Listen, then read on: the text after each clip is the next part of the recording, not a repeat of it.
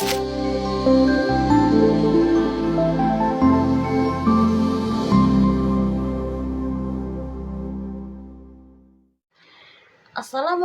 warahmatullahi wabarakatuh. Saya Dina Ramadhani, kelas 2B dengan NIM 096. Di sini saya akan buat video dengan tugas mata kuliah Kepemimpinan Manajemen Organisasi dan dosen pengampu Sigit Auliana Eskom Mkom, dan di sini saya akan menjelaskan materi saya, manajemen konflik dan negosiasi sebagai upaya menjaga kinerja organisasi. Dan di sini masuk pendahuluan.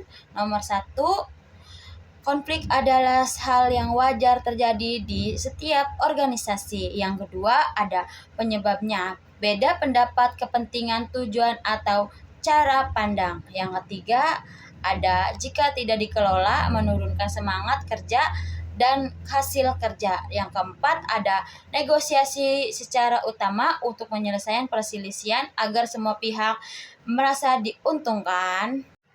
Selanjutnya kita masuk pengertian utama. Dan apa itu konflik? Benturan atau ketidaksesuaian antara dua pihak atau lebih karena ada perbedaan keinginan, nilai, atau tujuan. Yang kedua, apa itu manajemen konflik? Cara mengatur dan menyelesaikan perselisihan agar dampak buruknya berkurang dan manfaatnya bisa didapatkan. Dan ketiga, apa itu negosiasi? Proses berbicara dengan berdiskusi untuk mencari kesepakatan yang bisa diterima bersama. Selanjutnya ada jenis-jenis konflik. Nomor 1, konflik terdiri sendiri, masalah yang ada di dalam pikiran hati seseorang. Kedua, ada konflik antara orang, perselisihan antara individu. Yang ketiga, ada konflik dalam kelompok, perbedaan pendapat di dalam satu tim kerja. Yang keempat, ada konflik antara kelompok, persaingan, atau tujuan antara bagian, divisi perusahaan. Dan selanjutnya ada cara mengenali konflik. Yang pertama ada bersaing tegas, mempertahankan keinginan sendiri, cocok untuk keputusan cepat. Yang kedua, berkolaborasi, mencari solusi terbaik untuk semua pihak, hasil paling awet. Yang ketiga ada berdamai, kompromi, sama-sama mengurangi tuntutan agar segera sepakat. Yang keempat, ada menghindar, menjauh dulu, cocok jika masalah sebelum penting atau butuh waktu tenang. Yang keempat, ada mengalah, akomodasi, atau mengutamakan kepentingan orang lain demi menjaga hubungan baik. Dan selanjutnya ada negosiasi yang baik. Yang pertama, fokus pada kebutuhan, bukan pada posisi atau gengsi. Yang kedua, ada dengarkan pendapat lain, bicara dengan baik. Yang ketiga, siapkan rencana cadangan jika kesepakatan sulit dicapai. Yang keempat, gunakan fakta dan alasan yang masuk akal. Yang kelima, kendalikan emosi agar tetap berpikir jernih. Dan selanjutnya ada manfaat bagi organisasi. Yang pertama, suasana kerja menjadi lebih nyaman dan harmonis. Yang kedua, munculkan ide-ide baru dan kreatif. Yang ketiga, keputusan yang diambil oleh adil dan tepat. Yang keempat, hemat biaya dan waktu akibat perselisihan. Yang kelima, semua karyawan merasa dihargai dan pekerja lebih giat. Dan selanjutnya ada halangan yang sering dihadapi.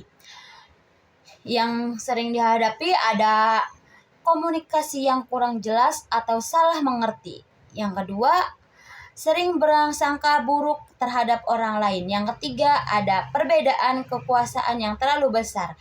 Yang keempat, kepemimpinan belum punya keahlian penyelesaian masalah. Dan di sini ada contoh kasus yang seperti ini. Masalah bagian pemasaran berjanji ke pelanggaran selalu cepat, sedangkan bagian produksi merasa tidak sanggup memenuhinya. Dan kedua, ada solusi. Kedua bagian bertemu dengan negosiasi membuat aturan baru. Yang ketiga, ada hasil. Pengiriman barang tepat waktu naik 25%. Keluhan pelanggan turun 30%. Selanjutnya ada kesimpulan dan saran. Kita bahas kesimpulan dulu ya. Kesimpulan yang pertama, konflik tidak bisa dihilangkan tapi bisa diatur. Dan kedua, negosiasi adalah kunci agar masalah selesai dengan baik. Yang ketiga, jika dikelola benar, kinerja perusahaan akan tetap terjaga dan meningkat. Yang kedua, ada saran. Saran utama, buat aturan yang jelas untuk penyelesaian masalah. Yang kedua, latih karyawan cara berkomunikasi dan negosiasi. Yang ketiga, ada cegah masalah sejak dini sebelum menjadi besar. Selanjutnya kita ada penutup ya. Konflik adalah hal yang wajar terjadi organisasi dan tidak dapat dihindari melalui manajemen. Konflik dan menghambat, melainkan dapat diubah menjadi kekuatan penting menjaga suasana kerja kondusif, meningkatkan kualitas keputusan, serta memastikan kinerja organisasi tetap terjaga dan terus meningkat. Terima kasih. Kurang lebihnya saya minta maaf. Wassalamualaikum warahmatullahi wabarakatuh.